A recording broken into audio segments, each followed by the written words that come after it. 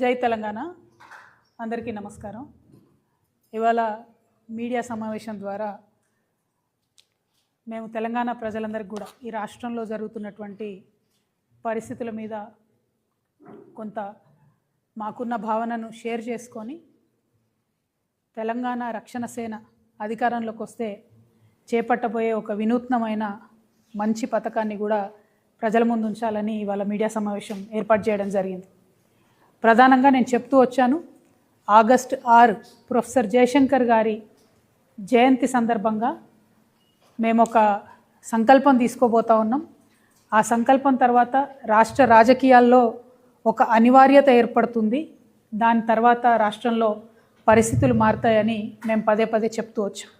అనుకున్నట్టుగానే ఆగస్టు 6వ తేదీన సామాజిక న్యాయాన్ని సంకల్ప సభ, తెలంగాణలో సామాజిక న్యాయాన్ని సాధించాలనే సంకల్పాన్ని నాతో పాటు మా పార్టీ శ్రేణులందరం కూడా కలిసి తీసుకొని ఒక కొత్త ఆలోచనను ఈ రాష్ట్ర రాజకీయాల్లో మేము ప్రవేశపెట్టడం జరిగింది.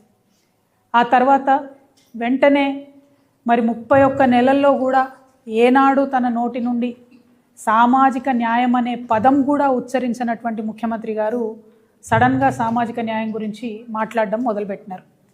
మేము ఏదైతే అనివార్యతను క్రియేట్ చేస్తామని చెప్పామో, మేము సంధించినటువంటి ప్రశ్నలతోని మా ఆలోచనతోని అధికారంలో ఉన్నటువంటి పార్టీ దిగివచ్చి ఇవాళ సామాజిక న్యాయం గురించి మాట్లాడే పరిస్థితి వచ్చింది. అయితే ప్రజలు దయచేసి ముఖ్యమంత్రి గారిని నమ్మొద్దు. ఎందుకంటే సామాజిక అన్యాయం అనబోయి ముఖ్యమంత్రి గారు సామాజిక న్యాయం అన్నారని నేను బలంగా నమ్ముతున్నాను. పాపం ఆయన ఒక్క పదం తేడా వేసిండు అన్నట్టు. సామాజిక అన్యాయం చేస్తున్నారు రేవంత్ రెడ్డి గారు. ఎందుకంటే వారు నేను ఇవాళ సూటిగా ప్రశ్నిస్తూ ఉన్నాను, ఎక్కడుంది మీ సామాజిక న్యాయం మంత్రివర్గంలో? 16 మంది మంత్రులు ఉంటే 3 బీసీలు ఉన్నారు. మరి 56% మంది బీసీలు ఉన్నారు ఈ రాష్ట్రంలో మీరు చెప్పిన లెక్కల ప్రకారమే. ఓకే, పోనీ మా దగ్గర 7 బీసీ ఎమ్మెల్యేలు ఉన్నారు, అందరికి మంత్రి పదవులు ఇవ్వలేము అంటారా? మరి ఎస్సీ ఎస్టీలు బాగా గెలిచారు కదా మీ దగ్గర, ఎవరు కేపబుల్ పర్సన్స్ లేరా?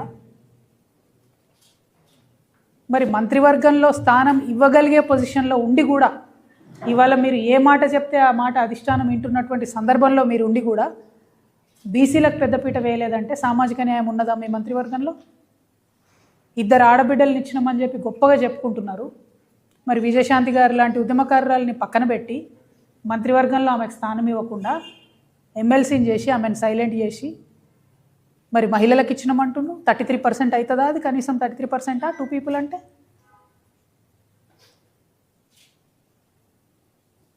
మీరు మొన్న చైర్మన్స్ ఇచ్చిండ్రు, అడ్వైజర్స్ ఇచ్చిండ్రు.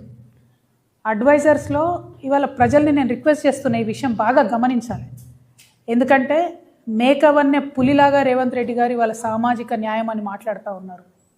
ఆయన కప్పుకున్న మేకతోల్ని చూసి మనం నమ్మవద్దు. ఈ రాష్ట్రంలో 2 అడ్వైజర్స్ను ఒక రోజు వేసిండ్రు, వి హనుమంతరావు గారిని, శివధర్ రెడ్డి గారిని. ఆ 2 జీవోలు కూడా నేను పత్రికా మిత్రులకు ఇస్తాను, సోషల్ మీడియాలో పెడతాం మేము. వి హనుమంతరావు గారి సీనియారిటీ ఏంటిది, అది ఎందుకు తక్కువ, శివధర్ రెడ్డి గారిది వారి సర్వీసు మరి ఎందుకు ఎక్కువనో నాకు తెలియదు. కానీ వి హనుమంతరావు గారికి ఇచ్చిన జీతం ఎంత, శివధర్ రెడ్డి గారికి ఇచ్చిన జీతం ఎంత, ఆ జీవోలు చూడండి. వి హనుమంతరావు గారికి ఇచ్చిన ర్యాంక్ ఏంది, శివధర్ రెడ్డి గారికి ఇచ్చిన ర్యాంక్ ఏంది? కాంగ్రెస్ పార్టీలో రాజీవ్ గాంధీని పట్టుకొని అధికారంలో ఉన్నా లేకున్నా రాజీవ్ గాంధీ జయంతిని మేము చిన్నగా ఉన్నప్పటి నుంచి ఈ రాష్ట్రంలో చేస్తున్న ఏకైక వ్యక్తి బీసీ బిడ్డ వి హనుమంతరావు గారు. ఆయనను మీరు అడ్వైజర్ పోస్ట్ ఇచ్చిండ్రు. ఒకటే రోజు ఒక రెడ్డికి ఒక బీసీకి మీరు అధికారంలో ఉన్న మీరు జీవోలు ఇస్తే అంత వ్యత్యాసం ఎందుకు ఉంటుంది? ఆయనకు 2.5 లక్షల జీతము, వి హనుమంతరావు గారికి ఎంత జీతం నేను చెప్తే బాగుండదు, జీవో రిలీజ్ చేస్తాను. ఎందుకు ఇంత వ్యత్యాసం? ఉందా సామాజిక న్యాయం? మీరు పెట్టినటువంటి అడ్వైజర్స్లో ఉందా సామాజిక న్యాయం? ఆర్టీఐ కమిషనర్స్ వేసిరండి, ఒక్క బీసీ లేడు మొత్తం ఆర్టీఐ కమిషనర్స్లో. ఉన్నట్టా సామాజిక న్యాయం? మళ్ళీ అదే ఆర్టీఐ కమిషనర్ గారి భార్య, ఆమెకు సినిమాలతో సంబంధం ఉండదు, ఆమెను చిత్రపురి కాలనీ అని ఒకటి ఉంటుంది, ఆడ ఇల్లులు కట్టి పేద సినీ కార్మికుల కోసం ఇస్తారు, దానిలో ఆమె మెంబర్ ఉంటుంది. ఆ చిత్రపురి కాలనీకి న్యాయం చేస్తా అని చెప్పి జూబ్లీ హిల్స్ ఎలక్షన్ సందర్భంలో ఊదరగొట్టిరు ముఖ్యమంత్రి గారు. 52 జడ్జిమెంట్లు ఉన్నాయి పాపం వాళ్ళకి, పేద సినీ కళాకారులకు. ఇంతవరకు న్యాయం చేయలేదు. అంటే ఇటుపక్క అప్పర్ కాస్ట్ వాళ్ళే ఉంటారు ఆర్టీఐలో, పేద కళాకారుల పక్షాన కూడా వీళ్ళే ఉంటారు, సంబంధం లేనటువంటి వాళ్ళు. అంటే బేసిక్గా రేవంత్ రెడ్డి గారు చెప్పేది సామాజిక న్యాయం, కానీ పాటించేది ఆటవిక న్యాయం. అడవిలో ఏముంటుంది? ఎవరు బలవంతమైన జంతువు ఉంటే, ఎవరికి బాగా బలమున్న జంతువు ఉంటే మిగతా వీక్గున్న జంతువుల్ని కొట్టి చంపేసి తినేస్తుంది. కానీ అట్లా ఉండకూడదు. మనం మనుషులము, మనకు బుద్ధి ఉంది, జ్ఞానం ఉంది, ప్రతి ఒక్కరు సమానంగా ఉండాలని చెప్పి ప్రపంచవ్యాప్తంగా చర్చ జరిగి ప్రజాస్వామ్యం పుట్టి అందరికీ ఒకే విలువ అని చెప్పి ఇవాళ మనం ఒక సొసైటీగా బతుకుతూ ఉన్నాం. మరి ఈ సొసైటీలో అందరం ఈక్వల్ అని చెప్పాలి కదా, దానికి సంబంధించిన స్టెప్స్ తీసుకోవాలి కదా గవర్నమెంట్. తీసుకోకుండా మాదే సామాజిక న్యాయం, మాదే సామాజిక న్యాయం మాట్లాడితే కాదు, చేయాలి, చేతలలో చూపించాలి, చేతలలో చేసేటటువంటి పొజిషన్లు ఇవాళ రేవంత్ రెడ్డి గారు ఉన్నారు కాబట్టి మేము చాలా బలంగా అడుగుతూ ఉన్నాం. ఇంకొక గమ్మత్ ఏంటంటే ఈయన సామాజిక న్యాయం గురించి మాట్లాడతారు. అంతకుముందు బీసీలకు 20,000 కోట్లు ఇస్తామని చెప్పిండ్రు సంవత్సరానికి. నేను స్ట్రేట్గా అడుగుతా ఉన్నా, నంబర్స్తో సహా అడుగుతా ఉన్నా. 2024, 25, 26 బడ్జెట్లు కలిపి 5,96,122 కోట్ల రూపాయలు బడ్జెట్ పెడితే 56% ఉన్న బీసీలకు, మళ్ళీ వినాలి దయచేసి, 5,96,000 కోట్ల బడ్జెట్ పెడితే 56% ఉన్న బీసీలకు ఇచ్చింది ఎంత అంటే 2 ఏళ్లలో ఇంత, 1% కూడా ఇవ్వలే కనీసం బడ్జెట్. ఇది ఖర్చు పెట్టిన బడ్జెట్ నేను చెప్తున్నా. 5,500 కోట్ల రూపాయలు ఖర్చు పెట్టిరు 2 ఏళ్లలో, దాదాపు 6 లక్షల కోట్ల బడ్జెట్లో. బీసీల జనాభా ఉన్నదెంత, బీసీలకు ఇచ్చింది ఎంత? మరి సామాజిక న్యాయం రేవంత్ రెడ్డి గారి మాటలలో ఉన్నదెంత? దయచేసి ఇలా మనం గమనించుకోవాలి. మోసపోవద్దని చెప్తున్నది అందుకే ప్రజలకు నేను. పేరుకు సామాజిక న్యాయం కానీ చేతలలో సామాజిక న్యాయం ఎక్కడా కూడా లేదు. మహిళల గురించి మాట్లాడుతున్నారు రేవంత్ రెడ్డి గారు, నేను 2 మహిళలు ఇచ్చినా అని. గాంధీ భవన్లో ఎంతమంది మీ ఆడబిడ్డలు ధర్నా చేసిండ్రో తెలంగాణ ప్రజలందరూ కూడా చూసిండ్రు. మీ ప్రియాంక గాంధీ పోటీ చేస్తే కేరళలోనేమో అందరూ పోయి గెలిపించుకుంటారు. అదే మీనాక్షి నటరాజన్ని దగ్గరుండి ఓడగొట్టింది సీఎం గారు కాదండి? తెలియదా మనందరికీ? ఇది ఓపెన్ సీక్రెట్ కాదా? ఇదా మీ సామాజిక న్యాయం? ఇదా మహిళల పట్ల మీ తీరు? అదేవిధంగా దళితుల గురించి మాట్లాడితే డిప్యూటీ సీఎం అని యాదగిరి గుట్టలో మీరే కదా కింద మెట్టు మీద కూర్చోబెట్టిండ్రు. వంశీ ఎంపీ ఉంటే కనీసమైన పుష్కరాలకు కూడా ఇన్విటేషన్ కూడా ఇవ్వలేదు కదా. ఇదా సామాజిక న్యాయము? బీసీ మంత్రులు ఉన్నారండి, మా ముదిరాజు ముద్దుబిడ్డ వాకిటి శ్రీహరి, ఆయనను పొంగులేటి గారు ఎట్లా అవమానపరిచిరో చూడలేదా? పేపర్లు ఇసురుకొట్టలేదా? కొండా సురేఖ గారు మాట్లాడాలంటే అదే పొంగులేటి శ్రీనివాసరెడ్డి గారు మైక్ పక్కకు పెట్టి మాట్లాడింది చాలే అని లేచి వెళ్ళిపోతే మనందరం చూడలేదా? బాధపడలేదా మనం? ఒక ఆడబిడ్డ, ఒక బీసీ బిడ్డ, సీనియర్ నాయకురాలు, ఇన్ఫ్యాక్ట్ పాలిటిక్స్లో పొంగులేటి కన్నా సీనియర్ కొండా సురేఖ గారు, ఆమెను ఎట్లా అవమానం చేశారో తెలంగాణ సమాజం అంతా చూడలేదా? ఇదేనా సామాజిక న్యాయం అంటే? మరి ఎస్టీలకు చూద్దాం. లంబాడా మినిస్టర్ లేనటువంటి క్యాబినెట్ ఇంతవరకు లేదు ఉమ్మడి ఆంధ్రప్రదేశ్ చరిత్రలో, ఒక్క మీది తప్ప. మైనార్టీలు చూద్దాం.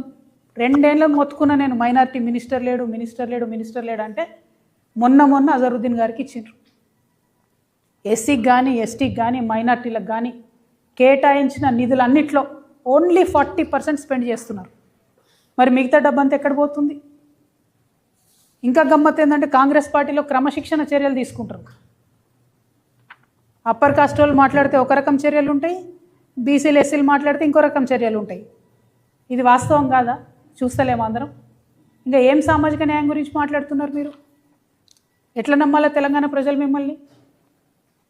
నేను అందుకే చెప్తా ఉన్నా, రేవంత్ రెడ్డి గారు సామాజిక న్యాయం గురించి మాట్లాడడం అంటే మేకవన్నే పులిలాగానే, నేతి బీరకాయలో నెయ్యి ఎంత ఉంటుందో రేవంత్ రెడ్డి గారి మాటలలో సామాజిక న్యాయం కూడా అంతే ఉంటుందని దయచేసి బీసీ ఎస్టీ ప్రజలు కూడా గమనించుకోవాలని నేను కోరుతున్నా.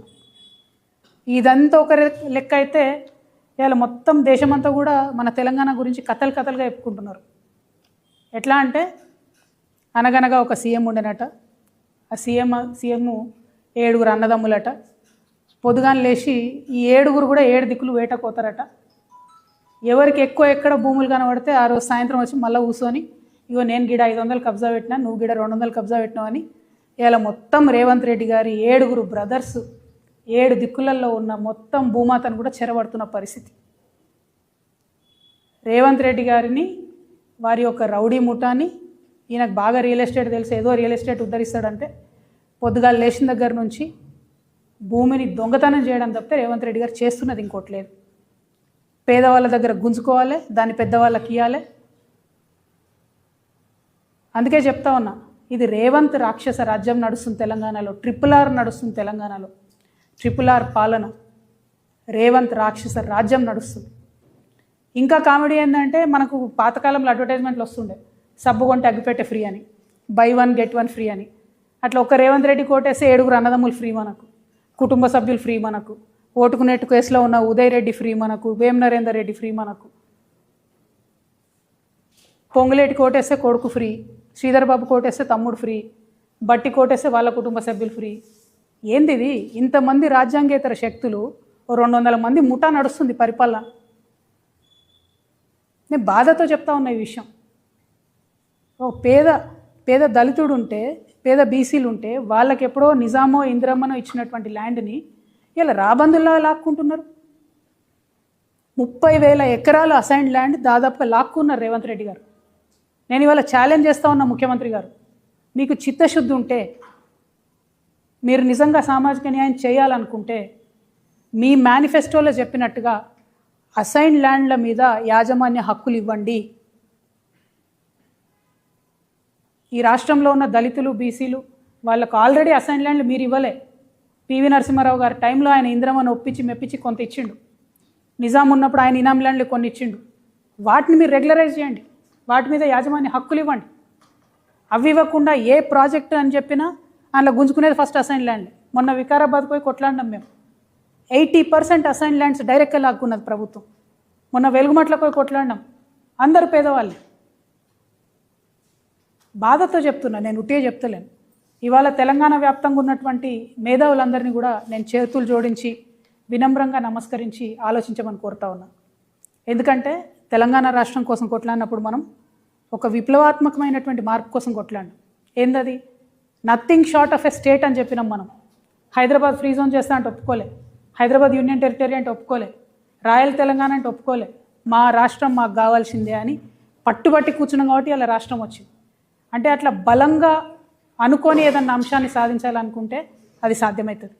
ఇవాళ ఈ రాష్ట్రంలో సామాజిక న్యాయం జరగాలంటే, ఒక లెవెల్ ప్లేయింగ్ ఫీల్డ్ అందరికీ ఉండాలంటే, ఈ రాష్ట్రంలో ఉన్న మేధావి వర్గాన్ని అంతా కూడా ఆలోచించమని నేను కోరుతా ఉన్నా. మరొక్క మారు ఈ రాష్ట్రంలో భూ పంపిణీ జరగాల్సిందే. భూమి లేని ప్రతి పేద కుటుంబానికి భూమి దక్కాల్సిందే, దానికి ఇనిషియేటివ్ తీసుకోవాల్సిందే. నేను మరొక్క మారు మేధావి వర్గాన్ని అంతా కూడా వినమ్రంగా చేతులు జోడించి చెప్తా ఉన్నా. ఈ రేవంత్ రెడ్డి గారికి, రియల్ ఎస్టేట్ వ్యాపారం చేసే రేవంత్ రెడ్డి గారికి భూమి అంటే ఆయనకు ఒక ట్రాన్సాక్షన్ కావచ్చు, కానీ నా పేద బీసీ ఇంటి ఆడబిడ్డకు భూమి అంటే ఒక ఇమోషన్. నా పేద దళితులకు భూమి అంటే ఒక ఇమోషన్. నా ఆదివాసీలకు భూమి అంటే పంచ ప్రాణం. వదిలిపెట్టి ఉండలేరు, అడవిని వదిలిపెట్టి, భూమిని వదిలిపెట్టి. ఆ విషయం అర్థమవుతలేదు రేవంత్ రెడ్డి గారికి. మానవత్వం అన్నది పరిపాలనలో లోపించింది. అందుకే నేను బలంగా నమ్ముతా ఉన్నా, భూమి పంపిణీ జరగాల్సిందే. తెలంగాణ రక్షణ సేన అధికారంలోకి వస్తే ఖచ్చితంగా భూమి లేని ప్రతి పేద ఇంటికి కూడా కుటుంబానికి 1 ఎకరం చొప్పున మేము భూలక్ష్మి పథకం పేరుతోని భూ పంపిణీ చేయడం జరుగుతుంది. I appeal to all the youngsters. We need to have a level playing field in the state. We need to have a level playing field. సమానమైనటువంటి భూమి క్రియేట్ చేసినాకనే కదా నువ్వు గేమ్ పెట్టాలి. ఫుట్బాల్ మ్యాచ్ ఆడుతున్నారు అనుకోండి, ముఖ్యమంత్రి గారికి ఫుట్బాల్ మ్యాచ్ బాగా తెలుసు కదా, అందుకే చెప్తున్నా. ఫుట్బాల్ మ్యాచ్ ఆడుతుంటే ఒక దిక్కు ఎత్తుంటే ఒక దిక్కు వంపు ఉంటే ఎట్లా ఆడతారు ఆట? వంపులు ఉన్నోడు ఏదో గోల్ కొట్టగలుగుతాడు. ఇవాళ పేదవాళ్ళ పరిస్థితి అదే కదా. అందుకే భూమి పంపిణీ జరగాల్సిందే. పేద బీసీలకు కానీ, ఎస్సీలకు కానీ, ఎస్టీలకు కానీ, అగ్రవర్ణాల్లో ఉండే పేదల్ని కూడా న్యాయం చేయగలిగే ఏకైక పార్టీ తెలంగాణ రక్షణ సేననే అవుతుంది.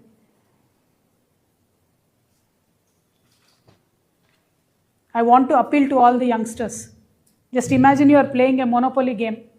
If there are 4 players and you have different rules for all 4 players, you tell the 2 players that for first half an hour you can't buy anything. Don't you think there is a disadvantage to the two players who cannot buy anything in the first half an hour? I'm sure you understand this analogy. That's why I'm telling you this. When TRS is taking a drastic decision like redistributing the land, please do not jump to a negative conclusion. Think from a point of view where there is no level playing field. How do you create it? How do you create an egalitarian society? Think about that. Mere politics is not enough. If social justice has to be achieved in this state or in this country, land redistribution is one of the major ways in which it can be achieved. Telangana Rakshana Sena firmly believes in it, and that is why today we are launching a scheme called Bhulakshmi. We are launching a scheme called Bhulakshmi once TRS comes into power. And right now we are demanding the Congress government that you give land rights, ownership rights to the people with assignment lands. You start the distribution. We will support you as an opposition. You please start the distribution. నేనే అధికారంలోకి వచ్చేదాకా ఆగాలి, అప్పటివరకు పేదలు పేదగా ఉండాలి అనట్లే. కాంగ్రెస్ ప్రభుత్వం భూ పంపిణీ కార్యక్రమం మొదలు పెడితే మొదటి వరుసలో నిలబడి మేమే పంపిణీ చేస్తాం. ఎట్ ద సేమ్ టైం భూములు లాక్కోవాలని వస్తే మాత్రం గుత్పలు అందుకొని మేమే ముంగటుంటాం. నేను చెప్తా ఉన్నా, మా దళిత ఇంటి ఆడబిడ్డలు నేను అపీల్ చేస్తున్నా, ఎవరైనా మీ భూమికి కన్నెత్తి చూస్తే గుత్ప పట్టుకొని రెడీగా ఉండండి. ఎవరు వస్తారో నేను చూస్తా. అడిగేటోళ్ళు లేరు అనుకుంటున్నారు, కుదరదు అట్లా. రేవంత్ రెడ్డి గారికి వాళ్ళ కుటుంబ సభ్యులకు 100 ఎకరాల భూమి ఉంది. అఫీషియల్గా 20 ఎకరాల భూమి చూపిస్తారు. 20 ఎకరాలు ఉన్నోడికి 1 ఎకరం ఉంటేంది లేకుంటేంది అనిపిస్తుంది. కానీ మనకు అట్లా కాదు కదా. 1 ఎకరం లేనటువంటి పేదల గురించి వాళ్ళు నేను అప్పీల్ చేస్తూ ఉన్నా, వాళ్ళ గురించి మాట్లాడుతూ ఉన్నా. సామాజిక న్యాయ సాధన జరగాలంటే ముందు భూమి ఉండాల్సిందే. అందరూ కూడా నాకు తెలిసి రైతు బిడ్డలే, అందరూ కూడా గ్రామాల నుంచి వచ్చినటువంటి వాళ్ళే, మా మిత్రులంతా, పత్రికా మిత్రులంతా. ఒక గ్రామంలో పరిస్థితి ఇమాజిన్ చేసుకోండి. భూమి లేనివాడికి ఎంత విలువ ఉంటుంది, భూమి ఉన్నవాడికి ఎంత విలువ ఉంటుంది. పిల్లనియాలంటే ఏం అడుగుతారు? ఇల్లుందా, భూమి ఉందా, జాగుందా అని అడుగుతారు. ఆ విలువ ఉండద్దా? సామాజిక గౌరవం ఉండద్దా? దానికోసం నేను ప్రయత్నం చేస్తూ ఉన్నా. దయచేసి ఈ విషయాన్ని అర్థం చేసుకోవాల్సిందిగా మా మేధావర్గాన్ని అప్పీల్ చేస్తూ ఉన్నా. నేను సామాజిక న్యాయం జరగాలి తెలంగాణలో అంటే అది పొలిటికల్ స్లోగన్ కాదు. విప్లవాత్మకమైన గుణాత్మకమైన మార్పు కోసమే తెలంగాణ రక్షణ సేన ముందొచ్చింది. దానికోసం ప్రయత్నం చేస్తుంది. ముఖ్యమంత్రి గారు, మీరు సామాజిక అన్యాయం చేస్తున్నారు, దాన్ని సరిచేయండి. బడ్జెట్లో సరిచేయండి, పొజిషన్స్లో సరిచేయండి, 42% రిజర్వేషన్ కోసం సరిచేయండి. మీరు బాగా సామాజిక న్యాయం అంటున్నారు కదా, పోదాం పండి ఢిల్లీకి, మరి అడుగుదాం మోడీ అంకుల్ని 42% రిజర్వేషన్ బిల్లు పాస్ చేయమని. అవి చేయలేకపోతే మీరు చెప్తున్న మాటలు మోసమని తెలంగాణ సమాజం గుర్తించాలని చెప్పి నేను కోరుతూ, మరి భూలక్ష్మి పథకం కోసం మా ఆడబిడ్డలంతా కూడా ఆలోచన చేయాలి. మీ ఆడబిడ్డగా సమాజంలో గౌరవం సాధించాలంటే ప్రతి కుటుంబానికి కనీస ఆస్తి ఉండాలి, 1 ఎకరమన్న జాగుండాలని బలంగా నమ్మే వ్యక్తిగా నేను ఈ పథకాన్ని ప్రవేశపెడతా ఉన్నా. మీ అందరి సంపూర్ణ మద్దతు, ఆశీర్వాదం తెలంగాణ రక్షణ సేనకు ఉంటుందని చెప్పి భావిస్తున్నా. Thank you. జై తెలంగాణ.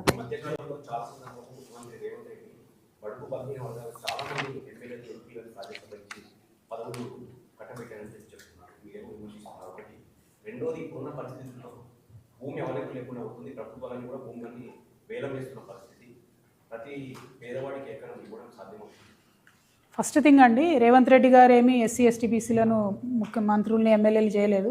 అంబేద్కర్ గారు, పూలే గారు వాళ్ళు చేసిండ్రు. వాళ్ళు ఇచ్చినటువంటి స్ఫూర్తితోని, వారు ఇచ్చినటువంటి రాజ్యాంగ రక్షణలతోని ఎమ్మెల్యేస్ అవుతూ ఉన్నారు. 1.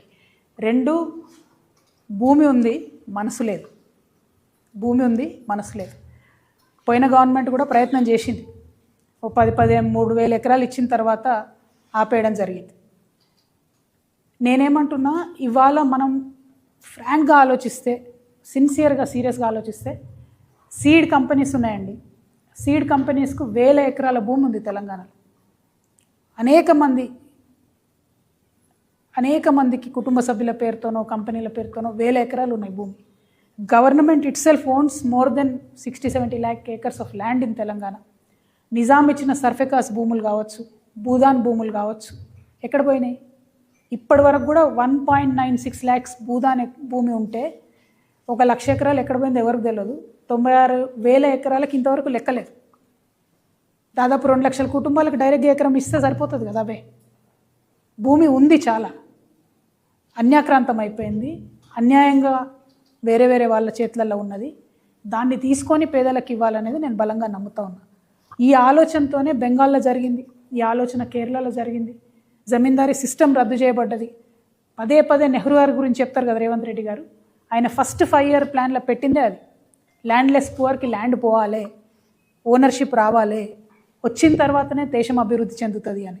సామాజిక న్యాయం జరగాలి, ప్రతి ఒక్కరికి పార్టిసిపేషన్ చేసేటటువంటి కాన్ఫిడెన్స్ రావాలి అని అంటే నిజంగా ఒక సెకండ్ ఆలోచిద్దాం. యాజ్ హ్యూమన్ బీయింగ్స్ ఒక అర్ధ గజం భూమి ఉంటే, ఒక గుంట భూమి ఉంటే ఎంత కాన్ఫిడెన్స్ ఉంటుంది.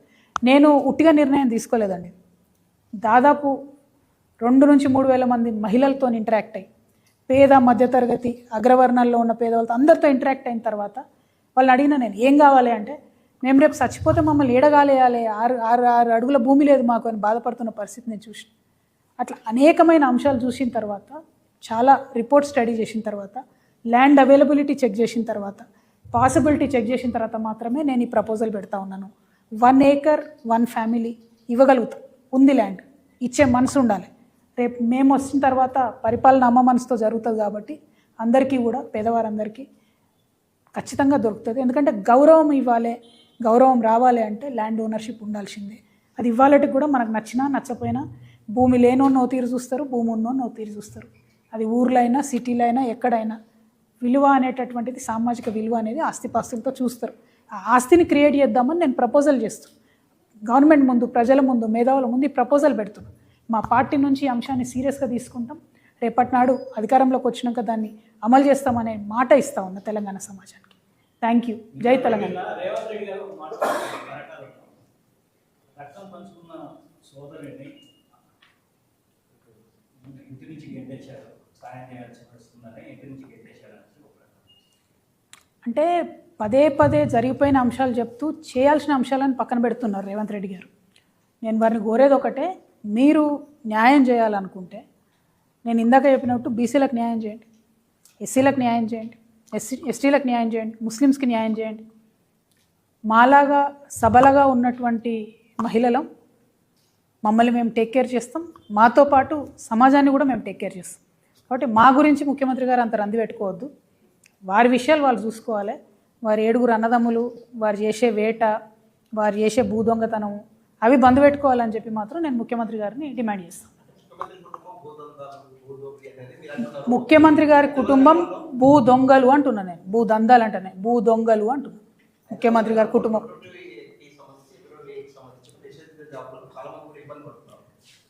అంటే టెక్నాలజీ వచ్చిన తర్వాత, ధరణి వచ్చిన తర్వాత భూమిలో ఉండేటటువంటి లిటిగేషన్ని తగ్గిస్తామనేటటువంటి ఒక ఆలోచనతో వచ్చింది.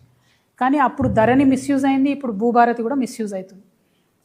అదేవిధంగా పొంగులేటి శ్రీనివాసరెడ్డి గారు 22Aలో 1 కోటి ఎకరాలు ఉన్నాయంటే ఆయన మీరు అప్లికేషన్ పెట్టుకుంటే చాలు 3 రోజులలో చేస్తామని చెప్తున్నారు. కానీ చాలా మంది పేదవారికి అయితే ఇబ్బంది అవుతున్న మాట వాస్తవం. మమ్మల్ని కూడా అనేక మంది అప్రోచ్ అయిన మాట కూడా వాస్తవం. సో ఆ 22A అనేటటువంటిది భూమి కొట్టేసే సరికొత్త కాంగ్రెస్ పార్టీ స్కీమ్ అని చెప్పి నేను బిలీవ్ చేస్తూ ఉన్నా. అంతకుముందు ధరణిలో సరి చేస్తామని చెప్పారు. ధరణిలో డిస్ప్యూట్స్ దాదాపు 5 to 7% కూడా లేకుండే. సడన్గా 1 కోటి ఎకరాలకు ఎట్లా పెరిగింది? ఇది వీళ్ళది ఇస్తున్నటువంటి కొత్త స్కీము. భూ దొంగతనం చేయడానికి వాళ్ళు వేసుకుంటున్న రాచబాట అని నేను నమ్ముతున్నా. తక్షణమే దాన్ని సాల్వ్ చేయాలని కూడా డిమాండ్ చేస్తాం.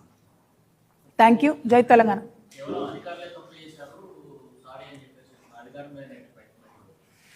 ఏదైనా అధికారులే బలి చేస్తారు కదండి. పాలసీ డెసిషన్ తీసుకునేటటువంటి ధైర్యం లేని రాజకీయ నాయకత్వం ఉన్నప్పుడు, నిర్ణయం తీసుకున్నప్పుడు తప్పైతే ఒప్పుకోవాలి. తప్పైంది, అవును బై తప్పైంది, మాతోని క్షమించమని అడగాలి. మధ్యలో అధికారులు తప్పు చేసారంటే, కంప్యూటర్ తప్పు చేసిందంటే కాదు కదా. కంప్యూటర్ నడిపిస్తాడు ఒకడు ఉంటాడు కదా వెనకాల. ఆ పాలసీ చేసింది వీళ్ళే కదా 22Aలో పెట్టాలని. సడన్గా ఎందుకు పెరుగుతుంది? 1 కోటి ఎకరాలు సడన్గా ఎందుకు పోతుంది? డెఫినెట్గా భూ దొంగతనం చేయడానికి ఇది ఒక స్కీమ్ వేస్తున్నారు కాంగ్రెస్ నాయకులు తప్ప ఇంకోటి కాదు. Thank you. జై తెలంగాణ.